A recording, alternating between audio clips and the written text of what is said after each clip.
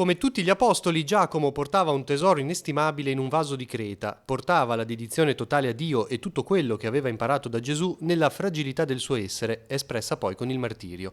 È la riflessione che il vescovo affida ai fedeli di Canevale in occasione della festa patronale.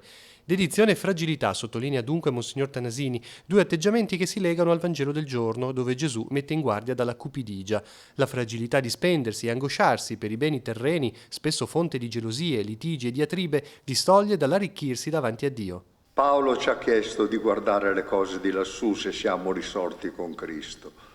Ci ha chiesto di essere liberi da tutte queste pesantezze. E se avete notato anche nell'elenco dei vizi che appesantiscono la nostra vita, Paolo mette anche la cupidigia che è avarizia. Cerchiamo le cose di lassù invece. Abbiamo questa libertà profonda del cuore che non disprezza le cose della terra, ma le fa relative a quelle del cielo.